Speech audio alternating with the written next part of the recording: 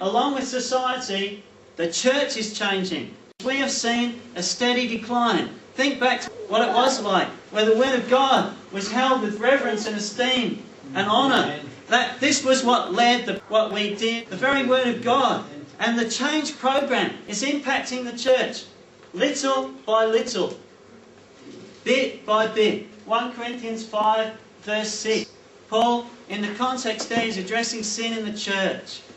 And he says, "Know ye not that a little leaven leaveneth the whole lump?" He's talking about leaven. Now leaven is yeast. It's what makes the dough rise, what makes the cake or bread rise. A little bit of yeast, a little bit of leaven will make that dough rise. And likewise too, a little bit of sin. Just a little bit. There's a slow and subtle changing, an undermining of biblical Christianity, of the very biblical foundations, of godly principles, of Christian standards. Friends, the Word of God tells you in Titus 2 that the grace of God teaches you how to live in this present world.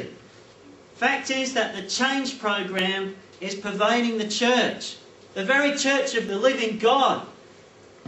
There's an overall lack of discernment. A little leaven, just a teeny weeny, incy wincy bit, can make such a big difference. A prime example of this on the church front is women pastors.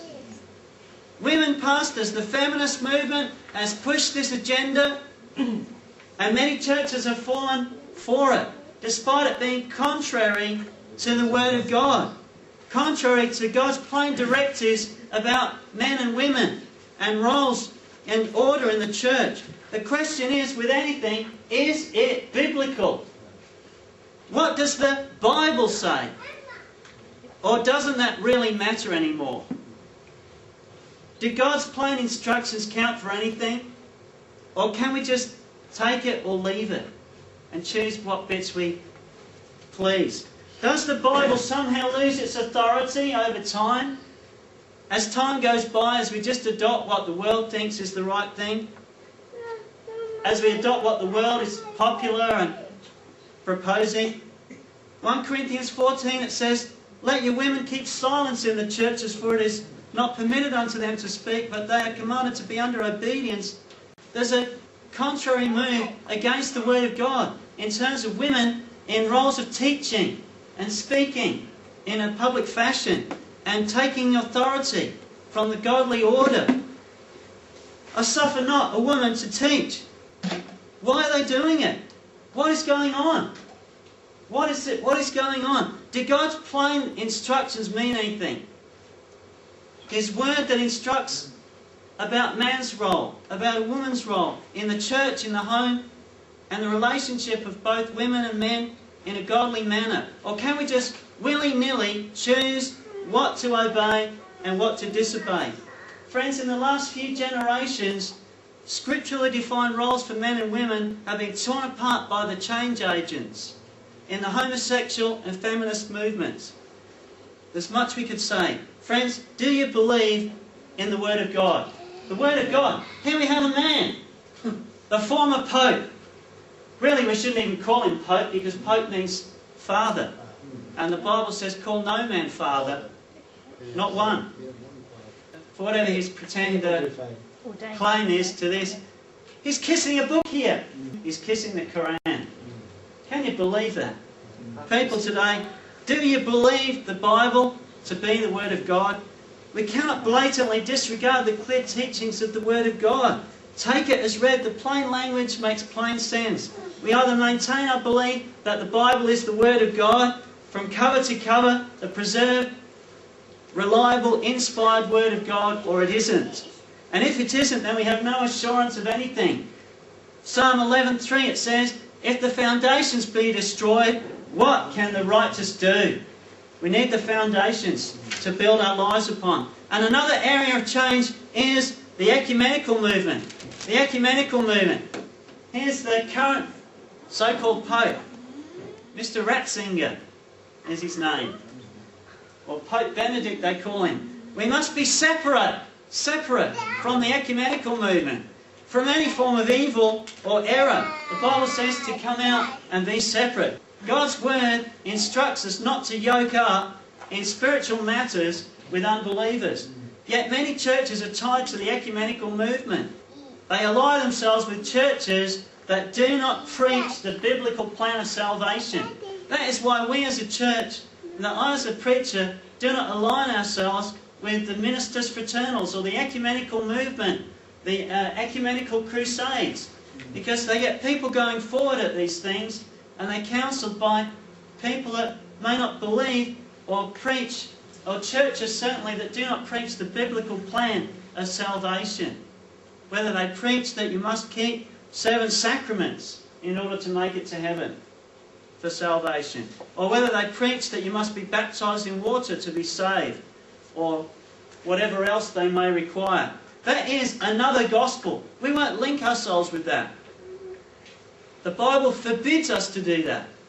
It's from uniting with a person who believes in a completely different plan of salvation. The ecumenical movement says, hey, we're all just one big happy clappy family. Come on, we can overlook a few little differences here and there and work together. We're all going to heaven. But friends, if they're preaching that gospel, that's not where they're going. That is not the gospel, that is not the biblical gospel, and we must obey the Bible. The Bible. And we must be true to the Bible. A little leaven leaveneth the whole lump. Here's some leaven. It's mixed into the dough. Leaven is that bit of yeast, a graphic picture that God gave of influence. God gives a picture of change, of influence, of something that makes a change. And friends, a little leaven is going to make a change. It's going to affect the whole lump. It's going to make the whole lump, it's going to make that whole lump of dough, as they put it in the cooker, obviously, bread is going to rise. The yeast is going to make it rise. It's going to make a difference. Just a little tiny bit can make that difference. And God gives yeast or leaven as a graphic picture to us of influence, of that change that can happen. When you add that leaven, that yeast to flour and knead it in, and leaven spreads in whatever it is placed into. Leaven or yeast will spread. It has a pervasive effect. And error and evil can bring ruin. It must be cut out. Why? Because a little leaven leaveneth the whole lump. In 1 Corinthians 5, the context of the chapter is the leaven of sin. The church in Corinth is alike to modern groups who promote that they tolerate. They have tolerance of all manner of sin. But tolerance of sin is evil and corrupting. We can't tolerate it.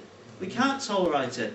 Paul addresses sexual immorality in the context here in the church and the tolerance of it. And he says, don't you know that a little bit of leaven is going to make a big impact on the whole lump? If you let this go, if you let this sin go, you'll end up with more and more sin going on. And Ephesians 5 says that don't have any fellowship, don't have a bar of it, don't have any bit of it, of fellowship with the unfruitful works of darkness. Don't have anything to do, don't mess around with the unfruitful works of darkness. That's Ephesians 5:11. But rather reprove them, speak against them. And the church in 1 Corinthians 5, Paul tells them to put away the sinning church member. And when this sexually immoral man was put out of the church, he was rebuked, he repented, and the church itself was saved. Friends, we need to be very careful about the leaven. Another kind of leaven is false teaching. False teaching is another leaven. Here we have a preacher called Rodney Howard-Browne. In Galatians it talks about the leaven of false teaching. The churches were told to put away those who were teaching false doctrine. False teaching is compared in various passages to being like a cancer that needs to be cut out. Like a leaven. Paul told Titus that the mouths of false teachers should be stopped. The church, by and large, friends, today is in a sorry state.